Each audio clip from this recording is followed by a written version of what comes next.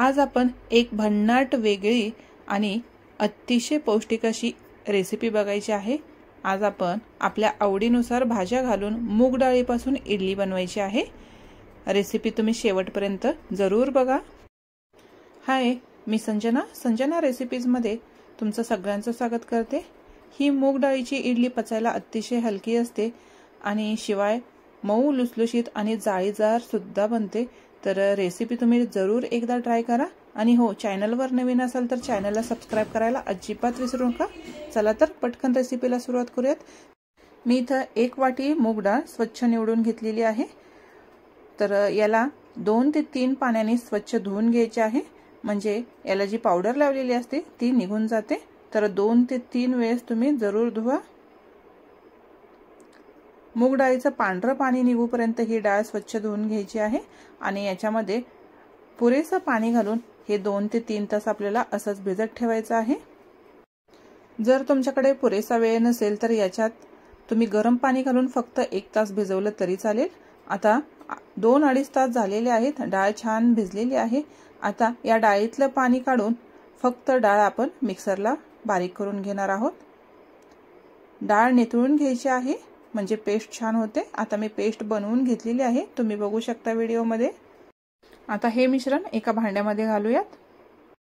हे मिश्रण थोडंसं साईडला ठेवूयात आणि आपण इडली पात्रामध्ये पाणी घालून हे गॅसवरती गरम होण्यासाठी ठेवून द्यायचं आहे। आता मी इथं अर्धा गाजर किसून घेतलेला आहे, थोडीशी कोथिंबीर घेतलेली आहे कट करून आणि 2 हिरव्या मिरच्या एकदम बारीक कट करून घेतलेल्या आहेत। आता आपण जे डाळीचं मिश्रण बनवलं होतं त्याच्यामध्ये अर्धा चमचा इतकं जिरं घालायचं आहे आणि किसलेलं गाजर देखील याच्यामध्ये घालायचं आहे। कट केलेली हिरवी मिरची आणि कोथिंबीर घालायची आहे। जर तुम्हाला आवडत असेल तर तुम्ही आणखी भाज्या याच्यामध्ये थोड्या ॲड करू शकता। चवीनुसार मीठ देखील घातलेलं आहे। आता हे सगळं व्यवस्थित मिक्स करून घ्यायचं। तुम्ही तुमच्या आवडीनुसार भाज्यांचं प्रमाण किंवा भाज्या कमी जास्त करू शकता। एकदम कट केलेली कोबी किंवा कांदा देखील याच्यामध्ये घालू शकता। आता एक छोटी वाटी याच्यामध्ये मी फ्रेश दही घालणार आहे। दही जास्त आंबट नसावं। तर हे सगळं व्यवस्थित परत एकदा मिक्स करून घ्यायचं आहे आणि 1 छोटा चमचा इतका इनो घालायचा आहे। आता याच्यावरती थोडंसं पाणी घालूया आणि हे सगळं परत एकदा व्यवस्थित मिक्स करून घ्यायचं आहे। इनो नसेल तर अगदी पाव चमचा तुम्ही खायचा सोडा देखील वापरू शकता। पाण्याला उकळी आलेली आहे। आता इडली पात्र या भांड्यामध्ये ठेवूयात आणि आपण इडली बनवून घ्यायची आहे। इडली पात्राला मी आधीच तेल लावून ठेवलं होतं, म्हणजे इडली एकदम व्यवस्थित निघून येतात।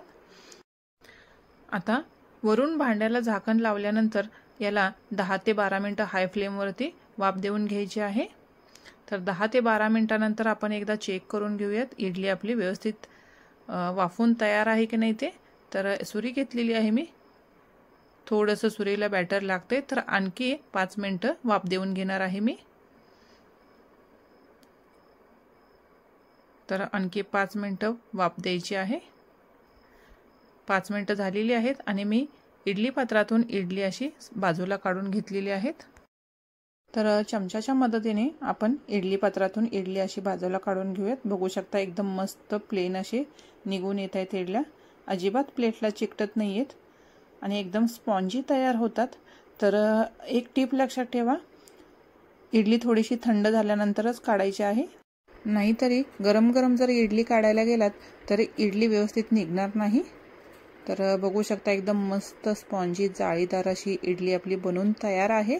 रेसिपी कशी वाटली हे कमेंटद्वारे नक्की कळवा। चॅनलवर नवीन असाल तर चॅनलला सुद्धा प्लीज सबस्क्राइब करा, लाईक करा, शेअर करा।